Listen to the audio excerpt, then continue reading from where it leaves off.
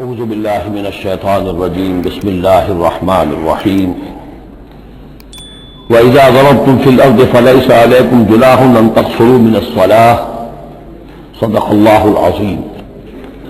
اب یہ پھر کچھ شریعت کے احکام آ رہے ہیں، گویا کہ خطاب کا رخ پھر اب مسلمانوں کی طرف، اہل ایمان کی طرف۔ شریعت کے احکام، عبادات سے متعلق تفاصیل۔ اور اے مسلمانوں، جب تم زمین میں سفر کرو تو کوئی حرج نہیں ہے تم پر، کوئی گناہ نہیں ہے کہ تم کچھ کم کر لیا کرو نماز میں۔ ان خفتم ان یفتنکم الذین کفروا، اگر تمہیں اندیشہ ہو کہ تم کو نقصان پہنچائیں گے کافر۔ ان الکافرین کانوا لکم عدوا مبینا، یقیناً یہ کافر تمہارے کھلے دشمن ہیں۔ یہ ہے قصر صلاۃ، لیکن صلاۃ الخوف کی حالت میں، جنگ کی حالت میں قصر کا حکم۔ اور اس میں بھی خاص طور پر جو صورتحال تھی کہ جب حضور کے ساتھ ہوتے تھے تو اب اگر شکل یہ ہوتی کہ آدھا آدھا لشکر علیحدہ علیحدہ نماز پڑھے اور پھر حضور ایک کے ساتھ نماز پڑھے تو دوسروں کو محرومی کا احساس ہوتا۔ لہذا آپ دیکھیے کہ ایک بہت عمدہ تدبیر بتائی گئی۔ فَإِذَا كُنْتَ فِيهِمْ، تو اے نبی جب آپ بھی ان کے اندر موجود ہوں، فَأَقَمْتَ لَهُمُ الصَّلَاةَ، اور آپ نے ان کے لیے نماز کھڑی کر دی ہو، فَلْتَقُمْ طَائِفَةٌ مِّنْهُمْ مَعَكَ، تو ان میں سے ایک گروہ کو تو کھڑے ہونا چاہیے آپ کے ساتھ۔ وَلْيَأْخُذُوا أَسْلِحَتَهُمْ، اور جو دوسرے ہیں وہ اپنا اسلحہ لے کر چاق و چوبند رہیں۔ فَإِذَا سَجَدُوا فَلْيَكُونُوا مِن وَرَائِكُمْ، تاکہ جب تم سجدہ کرو، جو حضور کے ساتھ نماز پڑھ رہے سجدے میں جائیں تو وہ دوسرا گروہ جو ہے جو نماز میں شریک نہیں ہے وہ ان کی حفاظت کرے، کھڑے رہیں ان کے پیچھے۔ وَلْتَأْتِ طَائِفَةٌ أُخْرَىٰ، اب اس کے بعد ہوتا کیا تھا کہ حضور نے ایک رکعت نماز پڑھا دی اور آپ بیٹھے رہے، دوسری رکعت کے لیے اٹھے نہیں، دوسری رکعت مسلمانوں نے خود ادا کر لی۔ اب جب انہوں نے سلام پھیر دیا چلے گئے تو جو پہلے جو تھے جو اس وقت تک شریک نہیں ہوئے تھے وہ حضور کے پیچھے آ گئے۔ اب حضور نے ایک رکعت اور پڑھی تو ان کی ایک رکعت حضور کے پیچھے ہو گئی، اس کے بعد حضور نے ایک رکعت کے بعد سلام پھیر دیا، انہوں نے پھر ایک رکعت اور ادا کر لی، اس طریقے سے کہ کوئی بھی حضور کی امامت کے شرف سے اور فضل سے محروم نہ رہے۔ فَإِذَا سَجَدُوا فَلْيَكُونُوا مِن وَرَائِكُمْ وَلْتَأْتِ طَائِفَةٌ أُخْرَىٰ فَلْيُصَلُّوا مَعَكَ، اب وہ دوسرا گروہ کو آنا چاہیے کہ جنہوں نے ابھی نماز نہیں پڑھی تھی کہ وہ آپ کے ساتھ نماز پڑھیں۔ وَلْيَأْخُذُوا حِذْرَهُمْ وَأَسْلِحَتَهُمْ، اور ان کو چاہیے کہ وہ اپنی ڈھالیں بھی، اپنا بچاؤ بھی اور اسلحہ بھی ساتھ رکھے۔ وَدَّ الَّذِينَ كَفَرُوا لَوْ تَكْفُرُونَ عَنْ أَسْلِحَتِكُمْ وَأَمْتِعَتِكُمْ، یہ کافر تو اسی طاق میں رہتے ہیں، اسی امید میں رہتے ہیں کہ تم جیسے ہی غافل ہو جاؤ۔ وَدَّ الَّذِينَ كَفَرُوا لَوْ تَغْفُلُونَ عَنْ أَسْلِحَتِكُمْ، اپنے اسلحہ سے غافل ہو جاؤ، وَأَمْتِعَتِكُمْ، اور اپنے مال و اسباب سے، فَيَمِيلُونَ عَلَيْكُمْ مَيْلَةً وَاحِدَةً، تو وہ تم پر ایک دم ٹوٹ پڑے حملے کے اندر۔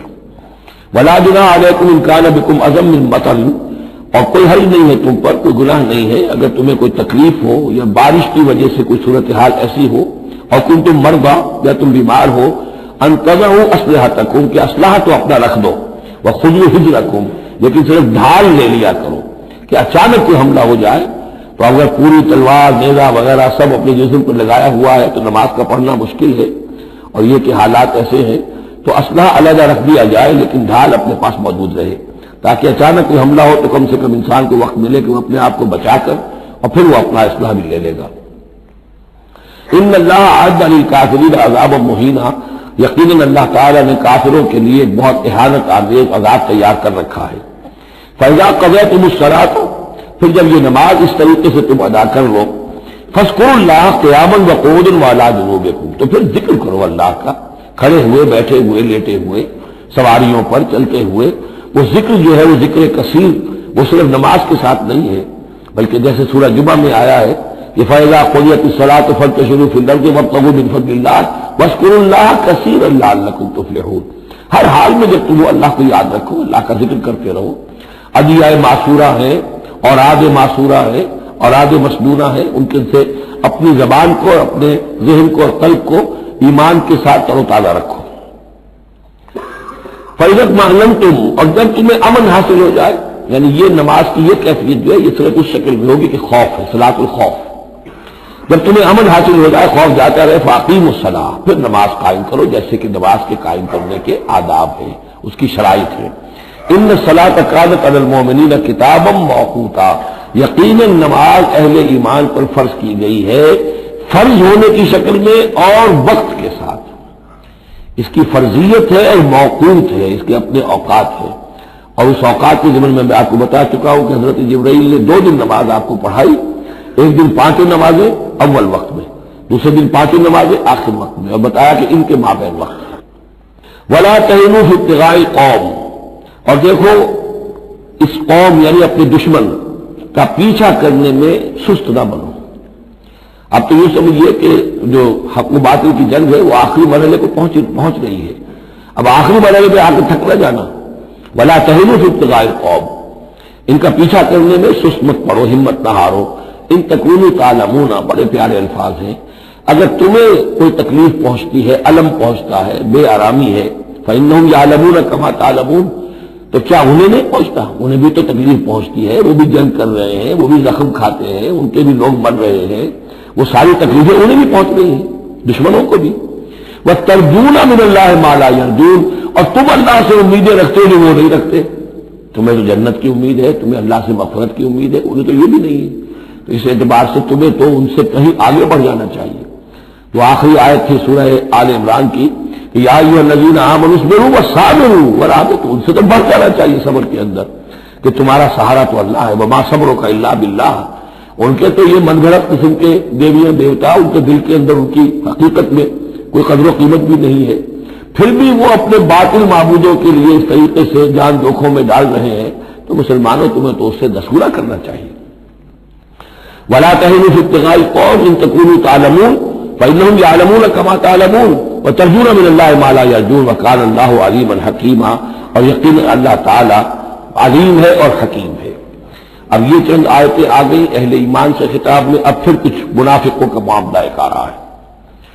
انا انزلنا الیک الکتاب بالحق لتحکم بین الناس بما اراک اللہ، اے نبی ہم نے آپ پر کتاب نازل کی ہے حق کے ساتھ، تاکہ آپ لوگوں کے مابین فیصلہ کریں انصاف کے ساتھ، اور جو اللہ نے آپ کو دکھایا ہے، یعنی ایک تو کتاب دی ہے، قانون دیا ہے، ایک آپ کو بصیرت دی ہے، یہ اللہ تعالیٰ کی طرف سے بصیرت کی خاص ظاہر بات ہے کہ ایک جج بیٹھا ہوا ہے اور جج کے پاس سامنے کتاب ہے، فائل ہے، شہادتیں ہیں، گواہیاں ہیں، اب ایک اس کی اپنی ایک چھٹی حص بھی ہوتی ہے، اس کی اپنی جو ہے ایک ججمنٹ بھی ہوتی ہے جس کو کہ وہ بروئے کار لاتا ہے، تو اس کو اللہ کہتا ہے جیسا کہ ہم آپ کو دکھاتے ہیں اس کے مطابق فیصلہ کریں۔ ولا تکن للخائنین خصیما، اور خیانت کرنے والوں کی طرف سے آپ نہ جھگڑے، یعنی ان کی طرف سے وکالت نہ فرمائیں کہ آپ کوئی اگر مسلمان ہے، کہنے کو مسلمان ہے خائن، تو اب اس کی طرفداری جو ہے آپ کو نہیں کرنی ہے۔ اس کا اصل میں ایک واقعہ ہو گیا تھا کہ ایک منافق مسلمان، اس نے کسی مسلمان کے گھر میں چوری کی، نقب لگائی، وہاں سے ایک آٹے کا تھیلا لے لیا، کچھ اسلحہ لے لیا، وہ اپنے گھر تک آیا تو وہ آٹے کی تھیلی کے اندر کہیں سوراخ تھا تو وہ آٹا گرتا گیا، تھوڑا تھوڑا وہ سارا راستہ جو ہے پتہ چل گیا کہ اس کے گھر تک سوراخ پہنچ گیا۔ پھر اسے کچھ خیال آیا کہ ممکن ہے مجھ پر شک ہو جائے، اسے پتہ نہیں تھا کہ یہ آٹا بھی میرا لاش فاش کر رہا ہے، اس نے یہ کیا اسی وقت جا کر یہودی کے ہاں امانت رکھوا دیا، یہ سامان میری امانت ہے تمہارے پاس، لیکن وہاں بھی وہ نشان جو ہے آٹے کا وہاں بھی پہنچ گیا۔ اب اگلے روز جب تلاش ہوئی اور وہ آٹا جو گرا ہوا تھا راستے میں اس کو دیکھ کر کھوج لگاتے ہوئے لوگ پہلے اس کے مکان پر پہنچے، اس نے صاف انکار کر دیا، تلاشی لے لی، چیز نکلی نہیں۔ اب انہوں نے دیکھا تو وہ آگے جا رہے ہیں نشان، وہ وہاں پہنچ گئے، یہودی کے یہاں برآمد ہو گیا، یہودی نے کہا ٹھیک ہے یہ مال ہے، یہ رات رکھے یہاں پر حفاظت کے لیے رکھ گیا تھا۔ اب یہاں پہ جھگڑا ہو گیا کہ اس کے جو قوم کے لوگ تھے، اس کے گھرانے کے لوگ، اس منافق مسلمان کے، ان کا نہیں یہ جھوٹ بولتا ہے، یہ یہودی چور ہے۔ اب وہ یہودی کا اور مسلمان جو منافق تھا اس کا مقدمہ تھا جو حضور کے سامنے آیا، اور پوری قوم، اس کا پورا گھرانہ جو ہے، وہ قبیلہ اس کا جو ہے وہ آ گیا شور مچاتے ہوئے اور قسمیں کھاتے ہوئے، ہمارا یہ آدمی تو بہت نیک ہے، اس پر خام کا یہ جھوٹا الزام لگ رہا ہے اور یہ ہے وہ ہے، یہاں تک کہ کچھ حضور کا دل بھی پسیجنے لگا اس شخص کے بارے میں۔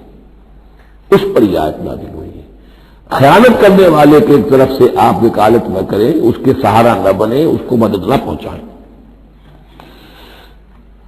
ولا تکن للخائنین خصیما، اب خصیما بحث کرنے والا، للخائنین، علی الخائنین ہوتا تو خائنوں کے خلاف، خائنوں کے حق میں آپ دلیل نہ دیں. واستغفر اللہ، اور یہ جو بھی آپ کی طبیعت میں نرمی پیدا کچھ ہو گئی تھی اس پر اللہ سے استغفار کیجیے. ان اللہ کان غفورا رحیما، یقیناً اللہ تعالیٰ بخشنے والا اور رحیم ہے.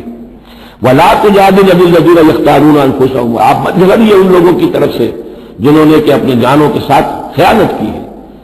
اب ہم یہ امید لگائے بیٹھے حضور ہماری طرف سے شفاعت کریں گے کہ ہم نے بے ایمانیاں کی ہیں، حرام خوریاں کی ہیں، شریعت کی دجیاں بکھیری ہے، تو حضور گویا کہ ہماری شفاعت کریں گے. یہاں فرمایا جائے ولا تجادل عن الذین یختارون انفسهم، مت جھگڑیے آپ ان لوگوں کی طرف سے، ان کی طرف سے وکالت مت کیجیے. ان اللہ لا یحب من کان خوانا اثیما، اللہ تعالیٰ کو بالکل پسند نہیں ہے وہ لوگ کہ جو خوان ہو، خیانت کرنے والے اور گناہ گار ہو. یستخفون من الناس ولا یستخفون من اللہ، یہ لوگ شرماتے ہیں اور چھپتے ہیں لوگوں سے، اللہ سے نہیں چھپتے.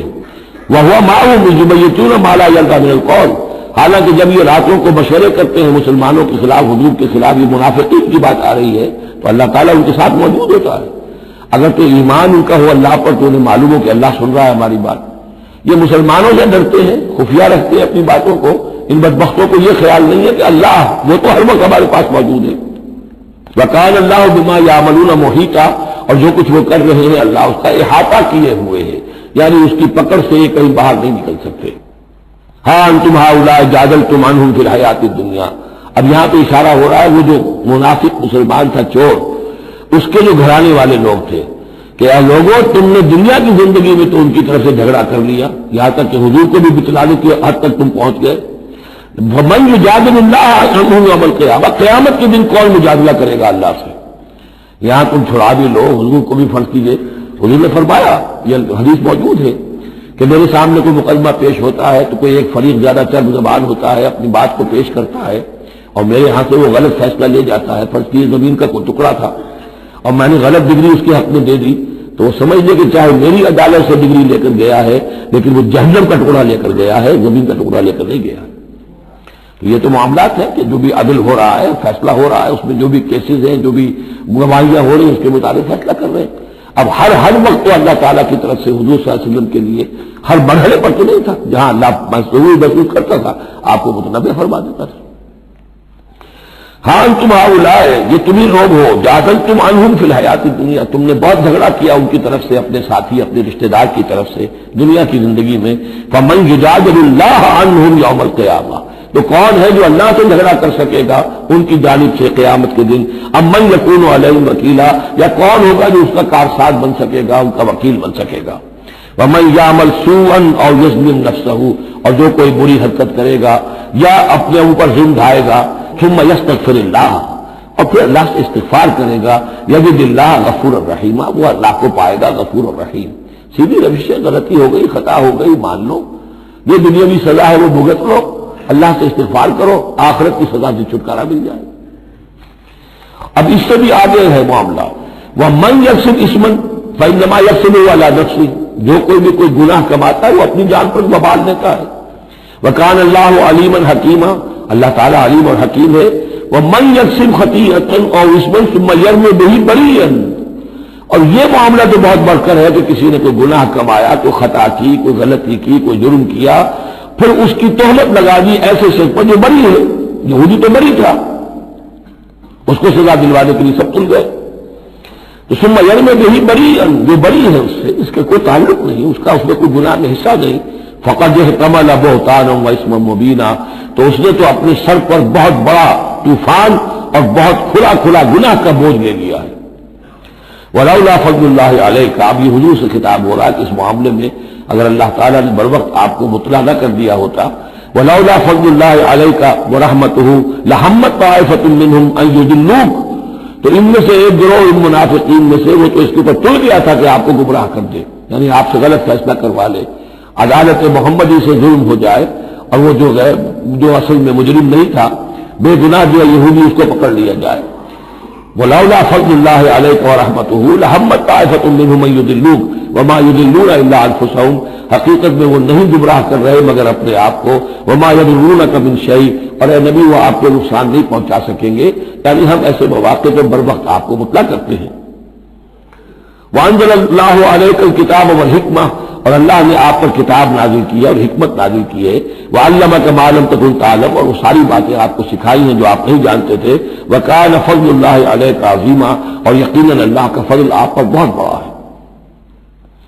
لا خیر فی کثیر من نجواہم، اب یہ جو منافقین تھے یہ اپنے نجوا کرتے تھے، علیحدہ بیٹھ کے گفتگو کرنا، سرگوشیاں کرنا، اور طرح طرح کے نجوا ہوتے تھے، بیٹھے باتیں بھی کر رہے ہیں، مسکرا بھی رہے ہیں کسی کو دیکھ کر تاکہ اس کے دل میں خلجان پیدا ہو جائے، یہ میرے بارے میں کوئی باتیں کر رہے ہیں، اشارے بھی کر رہے ہیں، تو 100 طرح سے حد کر دے، یہ ہماری مجلسوں میں بھی ہوتا ہے، یہ سارے معاملات جو کہ تو انسانی معاشرے کے اندر جیسے ہوتے تھے آج بھی ہوتے ہیں۔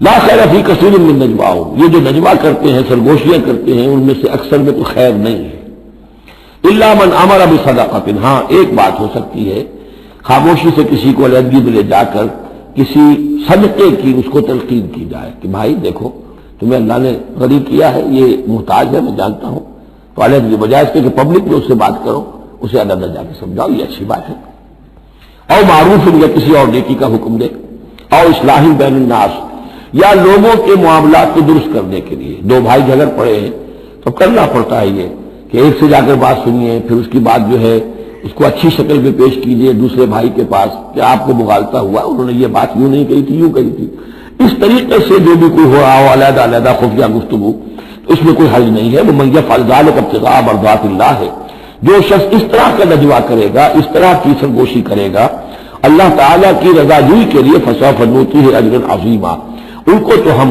دیں گے بہت بڑا اجر۔ ومن یشاقق الرسول، اور جو رسول کی مخالفت پر تلا ہوا ہے، یہ نجوا کر رہا ہے مخالفت میں، سازشیں، سرگوشیاں، بھڑکا رہا لوگوں کو، دیکھو جی یہ کر دیا، یہ کر دیا، اپنے لوگوں کے لیے یہ کر دیا۔ غزوہ حنین میں ہوا، غزوہ حنین میں چونکہ بہت سے مسلمان وہ تھے مکے کے جو اسی وقت ایمان لائے تھے فتح مکہ کے بعد، بہت شریک تھے وہ اس جنگ کے اندر حنین میں، مال غنیمت میں حضور نے ان کی دلجوئی کے لیے، جسے تعلیف قلب کہتے ہیں، زیادہ مال دے دیا، اس پر لوگوں نے شور مچا دیا۔ دیکھو جی جب کڑے وقت تھے، مشکل وقت تھے تو ہم، اب جب یہ اچھا وقت آیا ہے تو اپنے رشتے دار یاد آ گئے، مکے والے ظاہر بات رشتے دار تو تھے، بات تو غلط نہیں ہے، قبیلہ تھا قریش کا۔ یہ 100 طرح کی باتیں جو آج ہوتی ہیں وہی ہوتی تھی ہمیشہ، یہ انسان کی فطرت جو ہے اس میں کوئی تغیر و تبدل نہیں ہوا ہے۔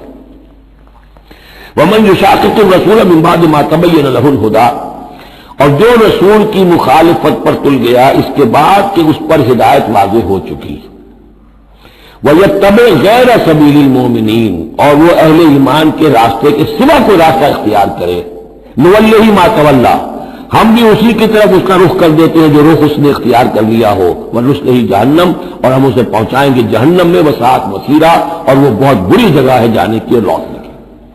یہ آج بڑی اہم اس اعتبار سے کہ امام شافعی رحمۃ اللہ علیہ یہ کہتے ہیں کہ میں نے اجماع کا جو معاملہ ہے قرآن مجید سے تلاش کرنے کی کوشش کی اور مجھے نہیں ملا، یعنی اللہ کے اطاعت یہ تو ٹھیک ہے، جو قرآن میں آیا ہے وہ قانون کا ایک سورس ہے، حضور کا فرمان، حضور کی سنت سورس ہے، اسی طرح اجتہاد وہ بھی سمجھ میں آ گیا، یہ اجماع اس شے کا نام ہے، قرآن میں کہیں ذکر نہیں آیا۔ تو کہتے ہیں کہ میں نے 300 مرتبہ پورا قرآن پڑھا شروع سے آخر تک، صرف اس ایک مسئلے کو سامنے رکھ کر کہ مجھے اجماع کے لیے کوئی دلیل قرآن سے ملے، تب اس آیت پر آ کر 301ویں مرتبہ پھر نگاہ جمی، وَيَتَّبِعْ غَيْرَ سَبِيلِ الْمُؤْمِنِينَ، یعنی گویا کہ اہل ایمان کا جو راستہ ہے جس پر اجماع ہو گیا اہل ایمان کا، یہ خود اپنی جگہ ایک بہت بڑی سند ہے، اس لیے کہ حضور نے فرمایا میری امت ضلالت پر کبھی جمع نہیں ہوگی، تو جن چیز پر اجماع ہو جائے وہ گویا کہ وہ خود اپنی جگہ پر اس کو ایک حیثیت حاصل ہو جاتی ہے، اوتھینٹسٹی۔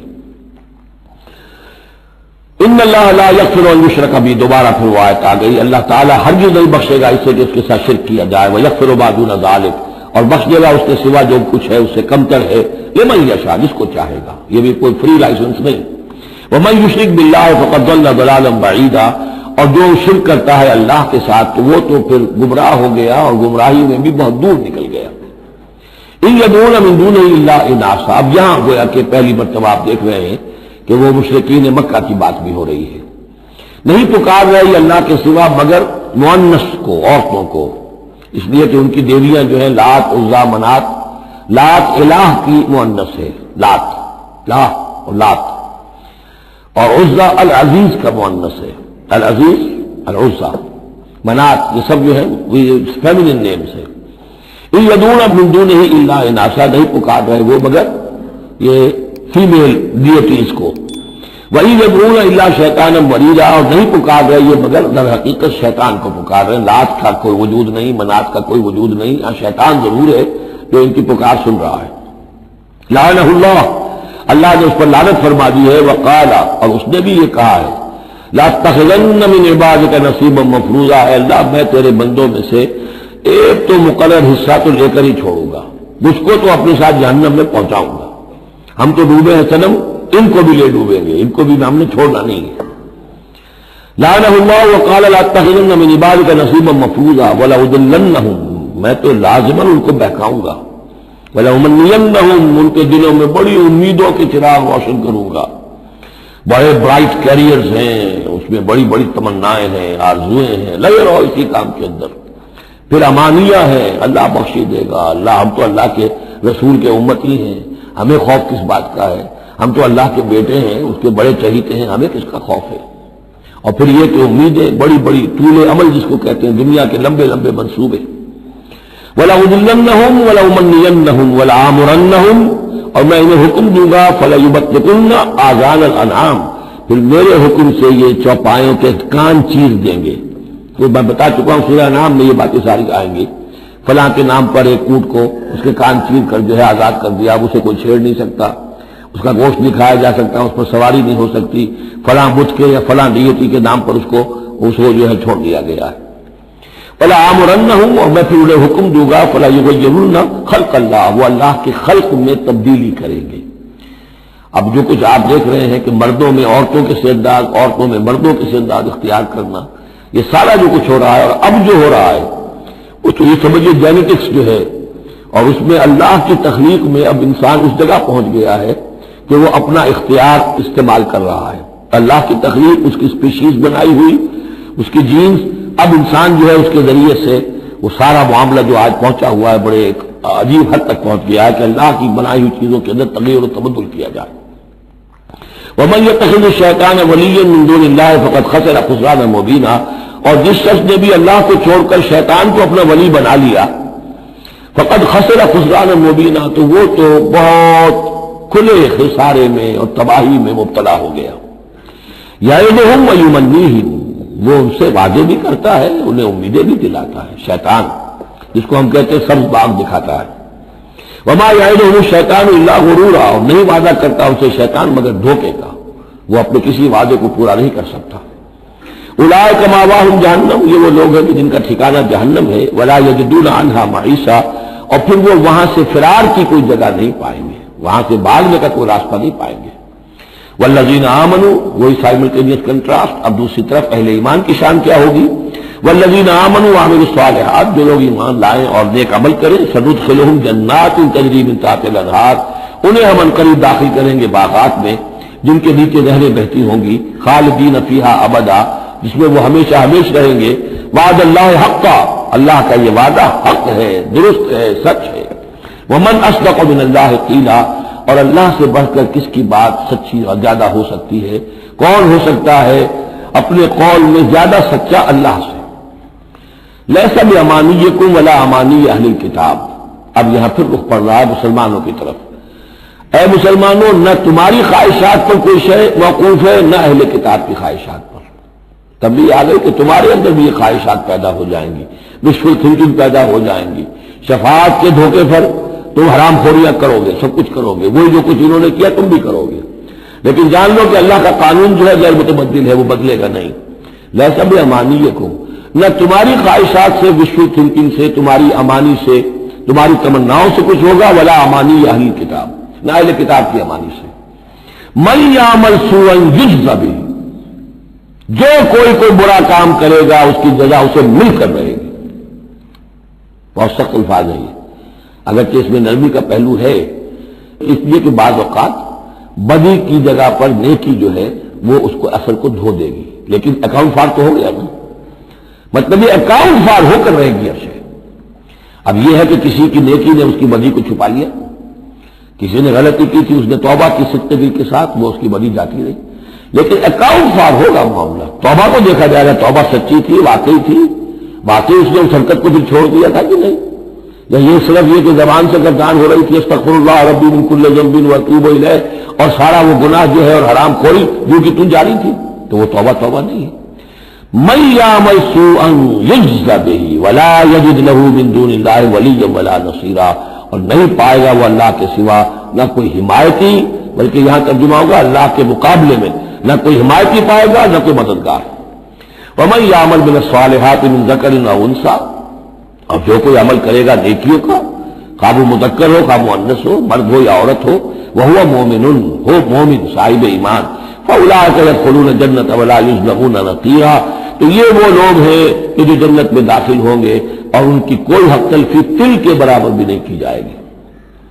ومن احسن دینا ممن اسلم وجهه للہ وهو محسن، اس سے بہتر دین کس کا ہوگا جس نے نمبر 1 اپنا چہرہ اپنا سر اللہ کے سامنے جھکا دیا، اسلم اسلام آ گیا، وهو محسن، اور یہ احسان اس کے بعد اسلام ایمان احسان کے درجے تک پہنچ جائے، خوبصورتی کے ساتھ، خلوص کے ساتھ، للہیت کے ساتھ، پورے دین کا معاملہ، تفریق بین الدین نہیں، دین کے اندر جو ہے وہ حصہ بکھرا نہیں ہے، ٹوٹل دین.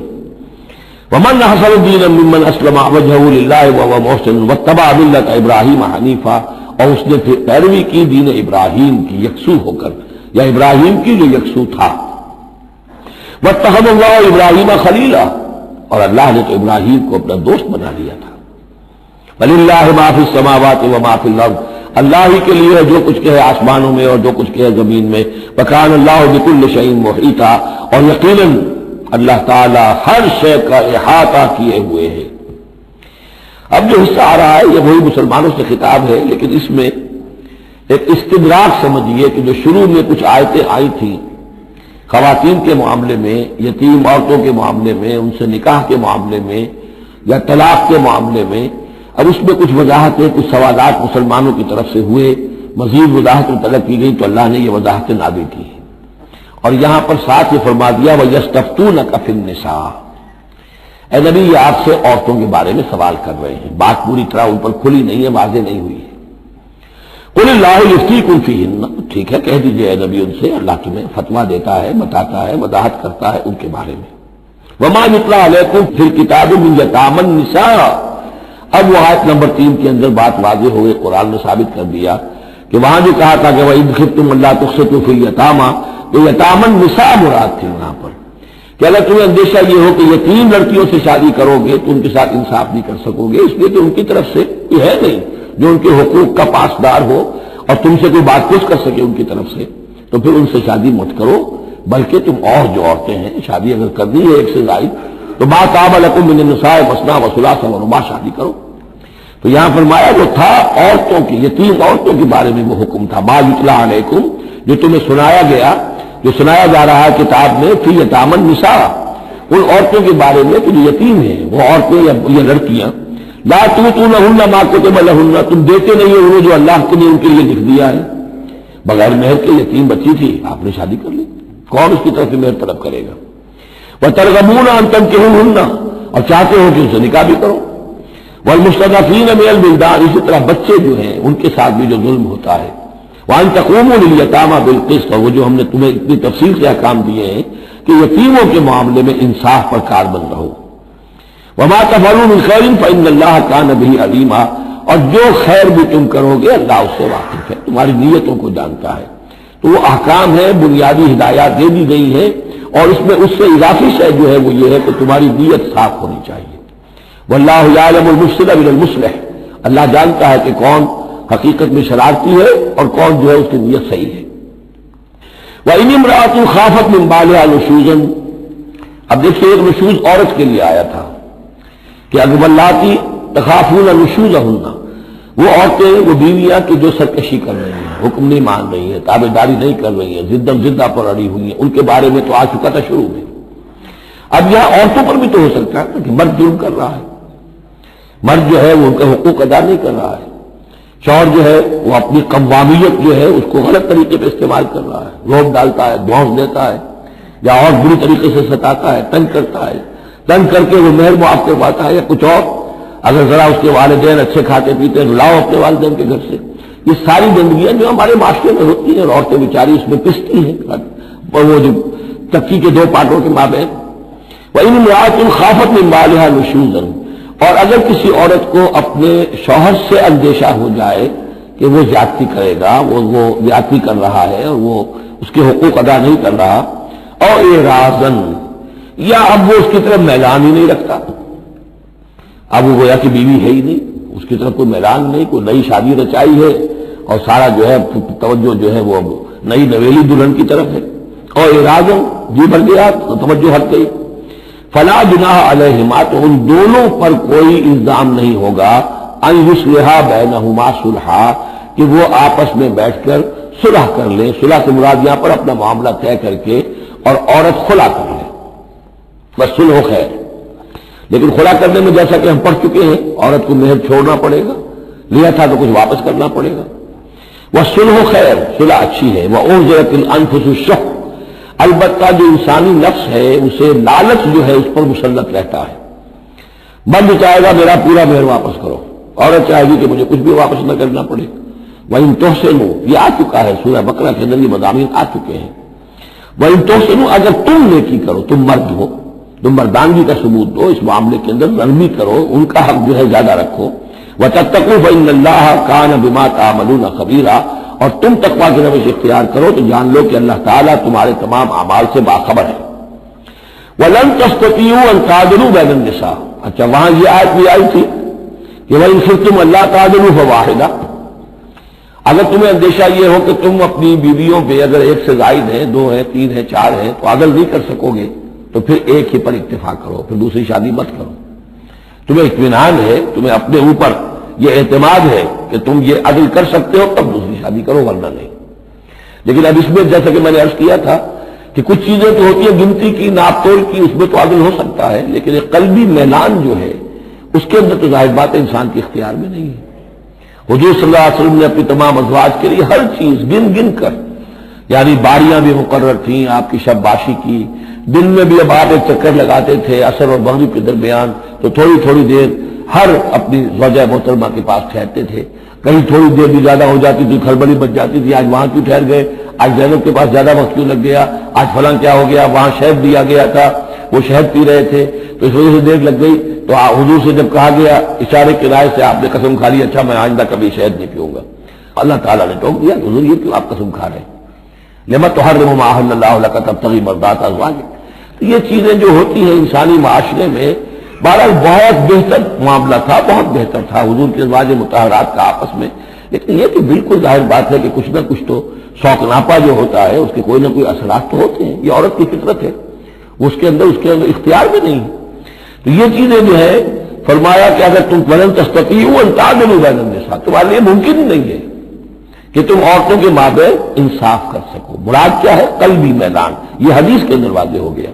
اور حضور فرمایا کرتے تھے کہ اللہ جو بھی چیزیں ہیں میں نے اس میں پورا عدل کیا ہے، باقی جہاں تک میرے دل کا میلان کا تعلق ہے مجھے امید ہے تو مجھ سے مواخذہ نہیں کرے گا. یہ ہے ظاہر بات ہے. لیکن اگر تم چاہو بھی تو تم عدل نہیں کر سکتے. وَلَن تَسْتَطِيعُوا أَن تَعْدِلُوا بَيْنَ النِّسَاءِ وَلَوْ حَرَصْتُمْ، چاہے تم کتنے حریص ہو اس کے نہیں کر سکتے. فَلَا تَمِيلُوا كُلَّ الْمَيْلِ، تو ایسا نہ ہو کہ ایک کی طرف پورے کے پورے جھک جاؤ. میلان، میل، کل المیل، ایک ہی کی طرف پورا میلان ہو جائے. فَتَذَرُوهَا كَالْمُعَلَّقَةِ، کہ دوسری بیوی معلق ہو کر رہ جائے، اب نہ وہ شوہر والی ہے اور نہ آزاد ہے، اس سے کوئی تعلق ہی نہیں. وَإِن تُصْلِحُوا وَتَتَّقُوا، اگر تم اصلاح کر لو اور تقویٰ کی روش اختیار کرو، فَإِنَّ اللَّهَ كَانَ غَفُورًا رَحِيمًا، تو اللہ تعالیٰ بھی غفور اور رحیم ہے. وَإِن يَتَفَرَّقَا، اب یہ بہت اہم موضوع ہے کہ ہمارے ہاں طلاق کے بارے میں جو یہ مشہور ہو گیا صحیح ہے، ان ابغض الحلال عند اللہ الطلاق، یہ حلال چیزوں میں سب سے زیادہ اللہ کو ناپسند جو ہے وہ طلاق ہے. لیکن اسے کفر کے درجے تک پہنچایا ہوا ہے. لڑائی چل رہی ہے، جھگڑا چل رہا ہے، مزاجوں میں موافقت نہیں ہے، ایک دوسرے کو کوس رہے ہیں، دن رات کا جھگڑا ہے، طلاق نہیں دینی. یہ احمقانہ طرز عمل ہے، بالکل احمقانہ، شریعت کی منشا کے بالکل خلاف. یہاں آپ دیکھیں کہ ایک طرح کی ترغیب ہے طلاق کی، ترغیب. وَإِن يَتَفَرَّقَا، اب اگر وہ متفرق ہو جائیں، علیحدہ ہو جائیں، سیپریشن جو آپ استعمال کرتے ہیں، سیپریٹ ہو جائیں، یغنی اللہ کلا من سعتہ، اللہ دونوں کو اپنی کشادگی کشائش سے غنی کر دے گا. ہو سکتا ہے اس عورت کو بھی کوئی بہتر رشتہ مل جائے کہ جو اس سے اس کی سب مزاجی موافقت رکھنے والا ہو، اور اس شوہر کو بھی اللہ تعالیٰ کوئی بہتر بیوی دے دے کہ جس کے اور اس کے درمیان جو ہے مزاج کے اندر موافقت پیدا ہو جائے. تو یہ کہ عدم موافقت ہے، لڑتے رہنا ہے، دنگا فساد ہے، لیکن یہ کہ وہ طلاق نہیں دینی ہے، یہ ہندوانہ اثرات ہیں ہم پر نمبر ایک، اور دوسرے عیسائیانہ اثرات ہیں. عیسائیوں کو بھی طلاق حرام ہے، اس لیے کہ اصل میں انجیل میں شریعت اور قانون تو ہے ہی نہیں، لیکن جو حضور نے فرمایا ان ابغض الحلال عند اللہ الطلاق، ایسی ہی کوئی بات حضرت مسیح نے فرمائی کہ اگر بلا وجہ کوئی شخص طلاق دے دیتا ہے تو یہ ایسا ہی ہے، فرض کیجئے کہ اب وہ عورت جو ہے اس کی وہ بے سہارا رہ گئی، ہو سکتی ہے کہ اس کا آوارہ ہو جائے، تو گویا کہ اب اس کی گناہ کا وبال اس پر ہوگا کہ جس نے اسے طلاق دی ہے، بلا سبب طلاق دی. اب وہ عورت جو ہے اگر اس کی شادی اور نہیں ہوئی تو اس کی آوارگی کا امکان موجود ہے. تو اس کو سمجھنا چاہیے کہ یہ اخلاقی تعلیم تھی، یہ قانونی تعلیم نہیں تھی. قانونی تعلیم تو وہی ہے کہ جو تورات کے اندر ہے. آپ حضور حضرت مسیح فرما کر گئے ہیں کہ یہ نہ سمجھو کہ میں قانون کو ختم کرنے آیا ہوں. موزائک لا جو ہے حضرت موسیٰ کی شریعت وہ تم پر نافذ رہے گی، لاگو رہے گی، عائد رہے گی. تو قانون قانون ہے اور اس کے ساتھ اخلاقی تعلیم ہوتی ہے. اس کو انہوں نے قانون بنا دیا، نتیجہ یہ ہوا جب تک بیوی کے اوپر آپ بدکرداری کا الزام ثابت نہ کر دیں آپ طلاق نہیں دے سکتے. لہذا وہ 100 طریقے کر کے پہلے اسے بدکردار بناتے ہیں اور پھر اس کا ثبوت لیتے ہیں، تب جان چھڑاتے ہیں، ورنہ جان چھوڑ نہیں سکتی. تو یہ سارا کا سارا معاملہ جو ہے شریعت کے اندر تو جو صحیح راستے رکھ دیے گئے ہیں ان کو اگر چھوڑا جائے گا تو پھر غلط راستے اختیار کرنے پڑیں گے. تو ایک ہندوانہ اثرات جو ہمارا پس منظر ہے اور ایک جدید تہذیب کے جس پر عیسائیت کا غلبہ ہو گیا تھا، ان کے ہاں کے اثرات کی وجہ سے یہ طلاق کا معاملہ ہمارے ہاں تقریباً کفر بنا دیا لوگوں نے. وَإِن يَتَفَرَّقَا يُغْنِ اللَّهُ كُلًّا مِّن سَعَتِهِ، اگر وہ علیحدہ ہو جائیں، نہیں مزاجوں کی موافقت ہو رہی، اللہ غنی کر دے گا ہر ایک کو، دونوں کو اپنی وسعت میں سے. وَكَانَ اللَّهُ وَاسِعًا حَكِيمًا، اللہ بڑی وسعت رکھنے والا ہے، بڑی سمائی رکھنے والا ہے، اس کے خزانے بڑے وسیع ہیں، حکیم ہے، حکمت والا ہے، اس کا ہر حکم جو ہے وہ حکمت پر مبنی ہے.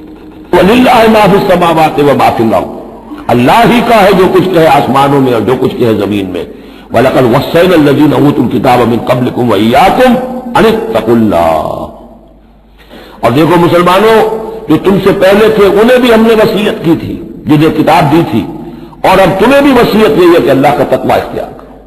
اصل شے ہے تقوی، ورنہ شریعت جو ہے اس کا بھی مذاق بن جائے گا. اسی لیے حضور کا جو خطبہ ہے بہت مشہور، عام جمعوں میں آپ سنتے بھی ہوں گے، اوصیکم ونفسی بتقوی اللہ، مسلمانوں میں تمہیں بھی وصیت کرتا ہوں اور اپنے نفس کو بھی وصیت کرتا ہوں کہ اللہ کا تقوی اختیار کریں. تو انفسکم واہلیکم نارا، بچاؤ اپنے آپ کو اور اپنے اہل و عیال کو آگ سے. تو یہ تقوی جو ہے، وَلَقَدْ وَصَّيْنَا الَّذِينَ أُوتُوا الْكِتَابَ مِن قَبْلِكُمْ، تم سے پہلے جن کو کتاب دی گئی تھی انہیں بھی ہم نے وصیت کی تھی. وَإِيَّاكُمْ، اور سن لو تم بھی کان کھول کر، تمہیں بھی یہ وصیت ہے، أَنِ اتَّقُوا اللَّهَ، کہ اللہ کا تقوی اختیار کرو. وَإِن تَكْفُرُوا، اگر تم نہ مانو گے، فَإِنَّ لِلَّهِ مَا فِي السَّمَاوَاتِ وَمَا فِي الْأَرْضِ، تو جو کچھ بھی ہے آسمانوں میں اور جو کچھ بھی ہے زمین میں وہ اللہ ہی کا ہے. وَكَانَ اللَّهُ غَنِيًّا حَمِيدًا، اور اللہ تعالیٰ تو غنی ہے، اپنی ذات میں خود ستودہ صفات ہے. وَلِلَّهِ مَا فِي السَّمَاوَاتِ وَمَا فِي الْأَرْضِ، اور آسمانوں اور زمین میں جو کچھ ہے وہ اللہ کا ہے. وَكَفَىٰ بِاللَّهِ وَكِيلًا، اور اللہ کافی ہے کارساز ہونے کے اعتبار سے. عورت بھی یہ سمجھے میرا کارساز اللہ ہے، یہ شوہر جو میرا ہے یہ ظلم کر رہا ہے، میرے ساتھ انصاف نہیں کر رہا ہے، تو میں اسے تعلق منقطع کروں. اللہ بہتر میرے لیے کوئی راستہ پیدا کر دے گا، اللہ کارساز ہے. اسی طریقے سے مرد بھی یہ سمجھے کوئی عورت ہے دین کے معاملے میں نہیں اس کے ساتھ تعاون کر رہی ہے، وہ دین کا کام کرنا چاہتا ہے، تو آخر یہ نہیں ہے کہ سمجھا جائے کہ ہر صورت عورت سے تو نباہ کرنا ہے چاہے اللہ کس سے بغاوت ہو جائے، یہ تو کوئی بات نہیں ہوئی. ہر چیز کو رکھنا ہے اپنے مقام پر. ان یشاء یذہبکم ایھا الناس، اے لوگوں کیا سمجھتے ہو تم، اللہ چاہے تو تم سب کو لے جائے، ختم کر دے، ویأتی بآخرین، اور لوگوں کو پیدا کر دے. تمہاری کوئی حیثیت نہیں اللہ کے مقابلے میں، نفس واحد کی طرح ہو. جب چاہے اللہ تعالیٰ تم سب کو نسل منتیا کر دے. وَكَانَ اللَّهُ عَلَى ذَلِكَ قَدِيرًا، اور یقیناً اللہ تعالیٰ اس چیز پر قادر ہے. من كان يريد ثواب الدنيا فعند الله ثواب الدنيا والآخرة، جو کوئی بھی دنیا کا ثواب چاہتا ہے، ساری بھاگ دوڑ محنت دن رات کی کوشش دنیا کمانے میں، اور پیسہ اور دولت اور جائیداد اور ترقی، عہدوں میں ترقی، اور اپنی اور زندگی کے اور ان چیزوں کے اندر لگے ہوئے ہیں سارے دن ساری رات. عند اللہ ثواب الدنیا والآخرہ، اللہ کے پاس تو ثواب دنیا کا بھی آخرت کا بھی ہے. تو ہی ناداں چند کلیوں پر قناعت کر گیا، ورنہ گلشن میں علاج تنگی دورہ بھی تھا. اللہ سے تم مانگو، دنیا بھی مانگو آخرت بھی مانگو. ربنا آتنا فی الدنیا حسنۃ وفی الآخرۃ حسنۃ وقنا عذاب النار. اللہ کے ساتھ اپنے معاملے کو درست کرو، خلوص و اخلاص کے اوپر اپنا تعلق استوار کرو، اس کی طرف سے جو ذمہ داریاں ہیں انہیں ادا کرو، پھر یہ کہ اللہ تعالیٰ دنیا سے بھی نوازے گا. من کان یرید ثواب الدنیا فعند اللہ ثواب الدنیا والآخرہ وکان اللہ سمیعا بصیرا، اور اللہ تعالیٰ سب کچھ سننے والا اور دیکھنے والا ہے. اب جو آیت آ رہی ہے وہ پھر عظیم ترین آیات میں سے قرآن مجید کی. یا ایھا الذین آمنوا کونوا قوامین بالقسط شہداء للہ ولو علی انفسکم او الوالدین والاقربین ان یکن غنیا و فقیرا فاللہ اولی بہما ولا تتبعوا الہوی ان تعدلوا وان تلووا او تعرضوا فان اللہ کان بما تعملون خبیرا. اے اہل ایمان کھڑے ہو جاؤ عدل کو قائم کرنے کے لیے پوری قوت کے ساتھ. سورہ آل عمران میں ہم نے کیا پڑھا تھا؟ اللہ قائم بالقسط ہے. شاہد اللہ انہ لا الہ الا هو والملائکۃ واولو العلم قائما بالقسط. جب اللہ عدل قائم کرنا چاہتا ہے تو اللہ کے اس دنیا میں کارندے کون ہیں؟ اہل ایمان، سپاہی ہیں، اللہ کے سپاہی. لہذا عدل قائم کرے گا اللہ دنیا میں اہل ایمان کے ذریعے. اللہ دین کا غلبہ چاہتا ہے لیکن اہل ایمان کو جانیں دینی ہوگی، کوششیں کرنی ہوگی، اثار کرنا ہوگا، قربانیاں دینی ہوگی، تب دین غالب ہوگا. لیکن یہ اندازہ کیجئے کہ کس قدر اہمیت ہے عدل و قسط. یہ جو سوشل جسٹس کا معاملہ ہے، جتنا زور اسلام نے دیا ہے بدقسمتی سے آج کا ہمارا مذہبی طبقہ اتنا ہی اس سے بے بہرا، سرے سے انہیں پتہ ہی نہیں کہ سوشل جسٹس کی بھی کوئی اہمیت اسلام میں. قانون کی اہمیت ہے، تعزیرات کی اہمیت ہے، چور کا ہاتھ کاٹو اس کی اہمیت تو معلوم ہے، لیکن یہ کہ اس نظام کو درست کرو، ظلم ختم کرو، ایکسپلائٹیشن ختم کرو. یہ سرمایہ دار جس طریقے سے خون چوس رہے ہیں اور چوس چوس کا جیسے مچھر پھول جاتا ہے ہمارا خون پی کر، اس طرح وہ پھولے ہوئے ہیں. آخر یہ پورا نظام درست کرو نا. یہ مشین جو ہے، یہ پورا نظام جو ہے جس میں کہ ڈسٹریبیوشن آف ویلتھ جو ہے اس کا نظام غلط ہے. ایک ایسی چکی ہے کہ آٹا پیس کر ایک طرف ڈالتی ہے دوسری ڈالتی نہیں. ایک طرف بھوک ہے، کاد الفقر یکون کفرا، یہ فقر جو ہے یہ تو کفر تک انسان کو پہنچا دیتا ہے. پہلے وہ نظام قائم کرو جس میں عدل ہو، جس میں ضمانت دی گئی ہو کہ ہر شخص کی، ہر شہری کی بنیادی ضروریات کی کفالت ہے جو نظام خلافت کے اندر ہے.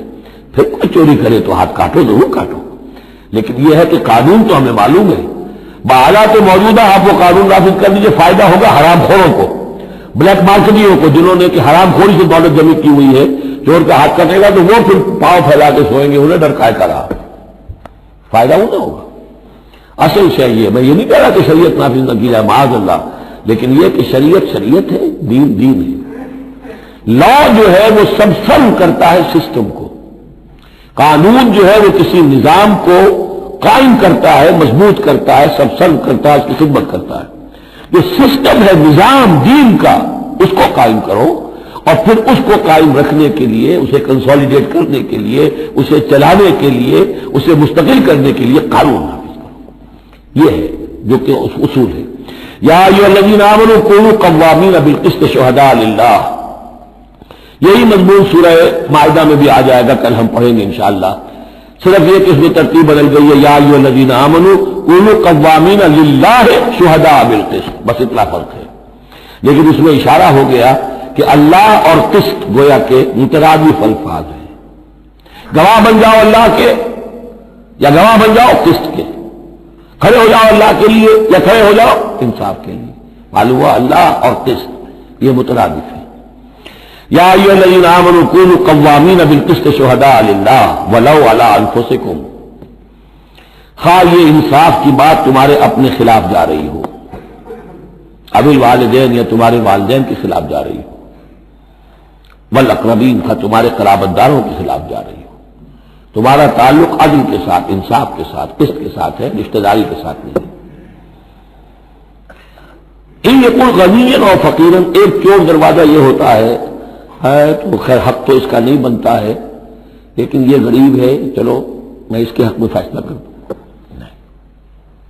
ان یکن غنیا اور فقیرا فاللہ اولیٰ بہما، چاہے وہ شخص غنی ہے یا فقیر ہے، دونوں کا پشت پناہ اللہ ہے، دونوں کا کفیل اللہ ہے، تم نہیں ہو کفیل، تمہیں فیصلہ کرنا ہے جو صحیح ہے، جو عدل پر ہے، جو انصاف پر ہے، وہ فیصلہ کرنا ہے، کسی کی جانبداری نہیں۔ وہ جانبداری نہ باپ کی کرنی ہے، نہ ماں کی کرنی ہے، نہ بھائی کی کرنی ہے، نہ خود اپنی کرنی ہے۔ یا ایھا الذین آمنوا کونوا قوامین بالقسط شہداء للہ، اللہ کے گواہ بن کر کھڑے ہو جاؤ اللہ کے حق میں۔ دیکھیے شہادت اعلیٰ، لوگوں پر گواہی، اور شہادت للہ، اللہ کے لیے گواہی۔ یہوہاز وٹنسز، اللہ کے گواہ، یہ تو ہمیں ہونا چاہیے، اللہ کے گواہ بن کر کھڑے ہو جائیں، ہر حق بات جو اللہ کی طرف سے اس کے علم بردار ہو، اور اس حق کو قائم کرنے کے لیے تن من دھن لگانے کے لیے اپنے اپنی کمر کس لیں۔ وَلَوْ عَلَىٰ أَنفُسِكُمْ وَبِالْوَالِدَيْنِ وَالْأَقْرَبِينَ إِن يَكُنْ غَنِيًّا أَوْ فَقِيرًا فَاللَّهُ أَوْلَىٰ بِهِمَا، ان کا خیر خواہ اللہ ہے۔ وَلَا تَتَّبِعُوا الْهَوَىٰ، تو دیکھو خواہشات کی پیروی نہ کرو، أَن تَعْدِلُوا، مبادا تم عدل سے ہٹ جاؤ، کہ تم عدل نہ کرو، خواہشات کی پیروی کر کے عدل سے برگشتہ ہو جاؤ۔ وَإِن تَلْوُوا أَوْ تُعْرِضُوا، اگر تم زبانوں کو ادھر ادھر مروڑے ہوئے، بات جس کو آپ کہتے ہیں کہ اپنے الفاظ جو ہیں ان کو انسان جو ہے چون یور ورڈز، تو اس طریقے سے کہ بات کہنا بھی چاہتے ہیں کہہ بھی نہیں پا رہے ہیں، حق بات جو ہے زبان سے نکالنا نہیں چاہتے، غلط بات نکل نہیں رہی ہے۔ ان تلووا اور تعرضوا، یا تم اعراض کرو گے، بچ جاؤ گے، منہ موڑ لو گے، فإن اللہ کان بما تعملون خبیرا، تو اللہ تعالیٰ جو کچھ تم کر رہے ہیں اس سے پوری طرح باخبر ہے، اللہ بے خبر نہیں ہے۔ اس کے بعد اب جو مضمون آ رہا ہے وہ شاید اس سورہ مبارکہ کا اہم ترین مضمون ہے۔ یا ایھا الذین آمنوا آمنوا باللہ ورسولہ والکتاب الذی نزل علی رسولہ والکتاب الذی انزل من قبل، اے ایمان والو، ایمان لاؤ اللہ پر اور اس کے رسول پر، اور اس کتاب پر جو اس نے نازل فرمائی اپنے رسول پر، اور اس کتاب پر جو اس نے پہلے نازل فرمائی۔ ایمان والو، ایمان لاؤ، چھ معنی عبارت۔ ایک ایمان ہے اقرار باللسان، وہ تو تمہیں حاصل ہے، وہ تمہیں موروثی طور پر حاصل ہو گیا، مسلمان ماں باپ کے گھر میں پیدا ہو گئے، وہ ایمان مل گیا۔ یا یہ کہ اس وقت پورا قبیلہ اسلام لا رہا ہے، ان میں پکے بھی تھے، کوئی کچے بھی آ گئے، انہوں نے بھی کہا اشہد ان لا الہ الا اللہ اشہد ان محمد رسول اللہ، وہ ایمان ایک درجے میں تو حاصل ہو گیا۔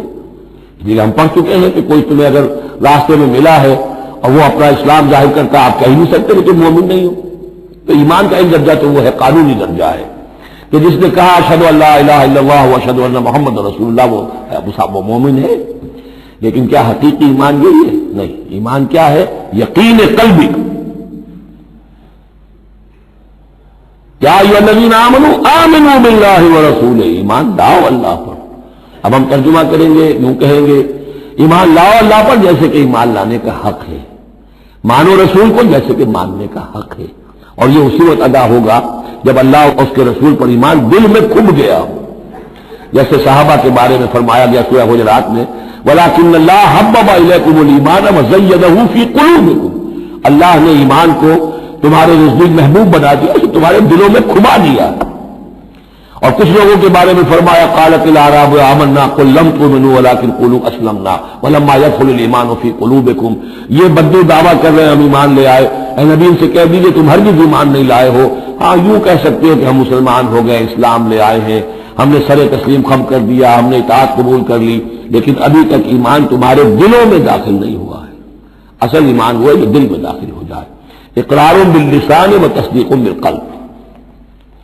لیکن یہاں بھی اصل میں جو ہے روئے سخن کن کی طرف ہو رہا ہے؟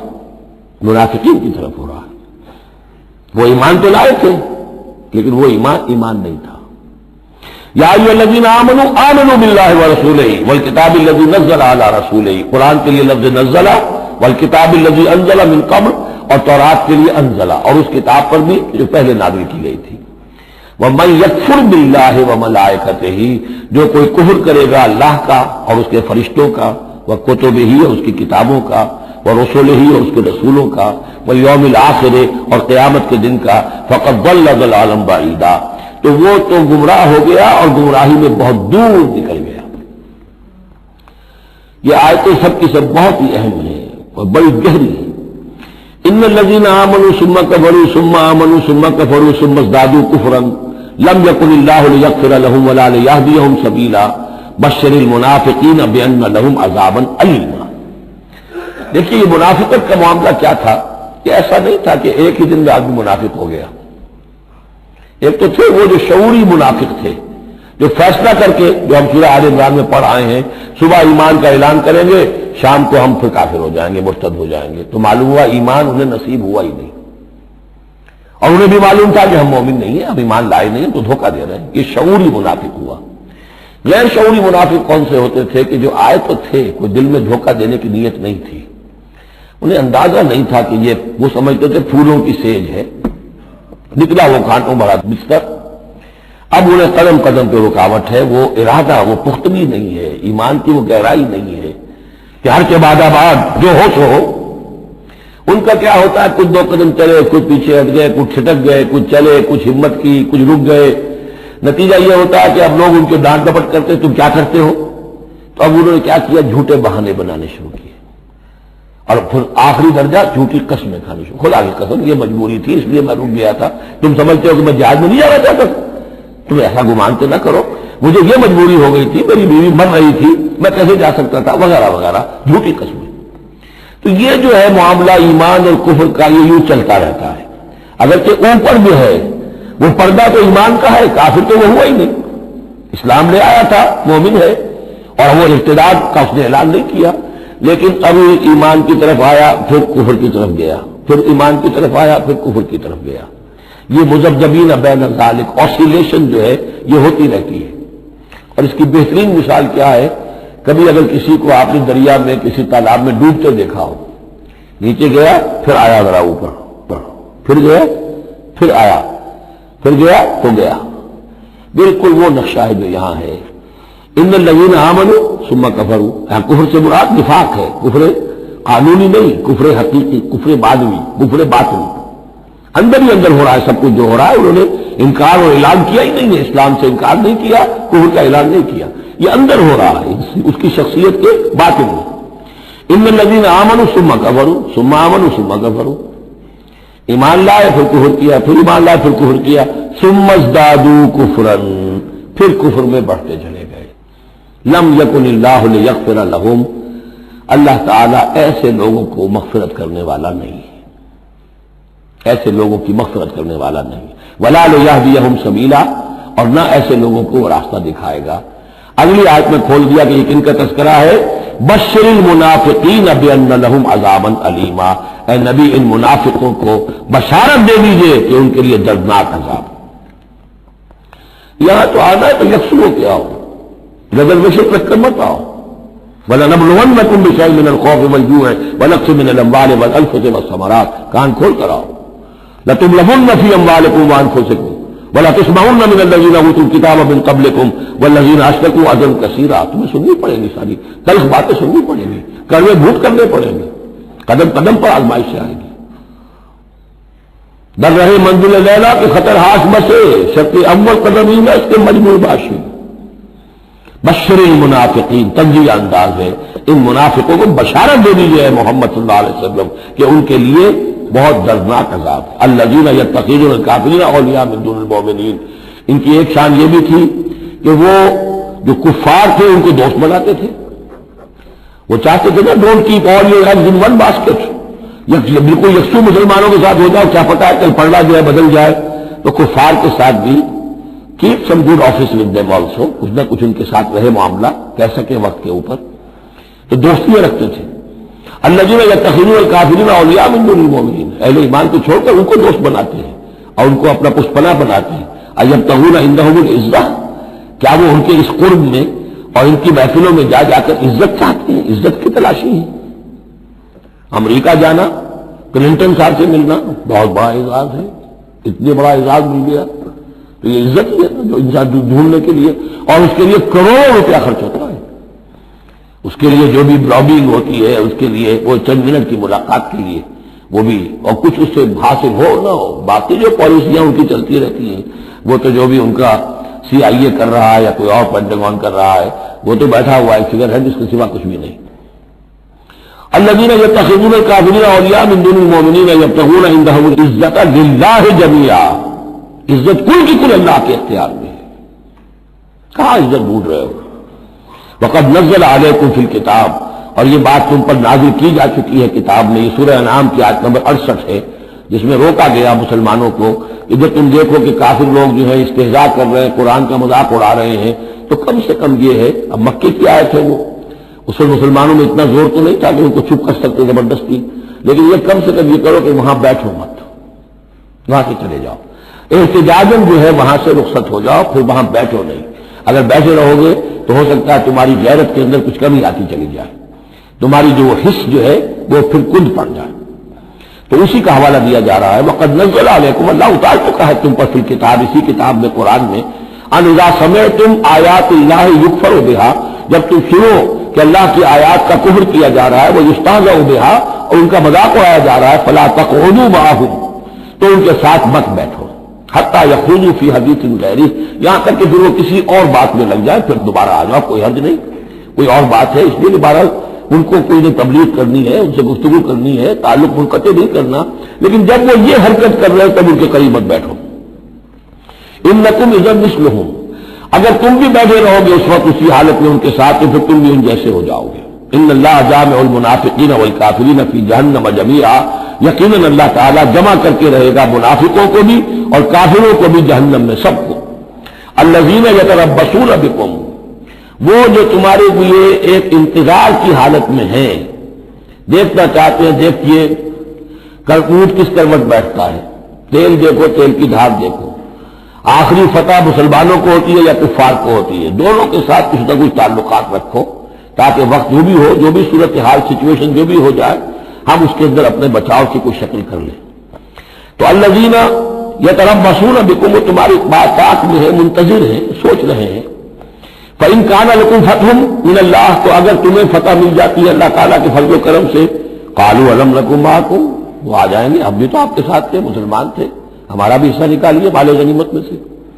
وَإِن كَانَ لِلْكَافِرِينَ نَصِيبٌ، اور اگر کوئی حصہ پہنچ جائے کافروں کو، کوئی فتح انہیں وقتی طور پر حاصل ہو جائے، ان کا پلڑا بھاری ہو جائے، قالوا، تو وہ کہے کہ اپنے ان کافروں ساتھیوں سے، أَلَمْ نَسْتَحْوِذْ عَلَيْكُمْ، کیا ہم نے آپ کا گھیراؤ نہیں کر لیا، کیا ہم نے آپ کو بچایا ہوا تھا کہ یہ مسلمان جو ہے، ہم تو اوٹ بنے ہوئے تھے اصل میں، آپ سمجھتے ہیں مسلمانوں کے ساتھ ہو کر ہم جنگ کرنے آئے تھے، نہیں، ہم اس لیے آئے تھے کہ مسلمانوں کے حملوں سے آپ کو بچائیں۔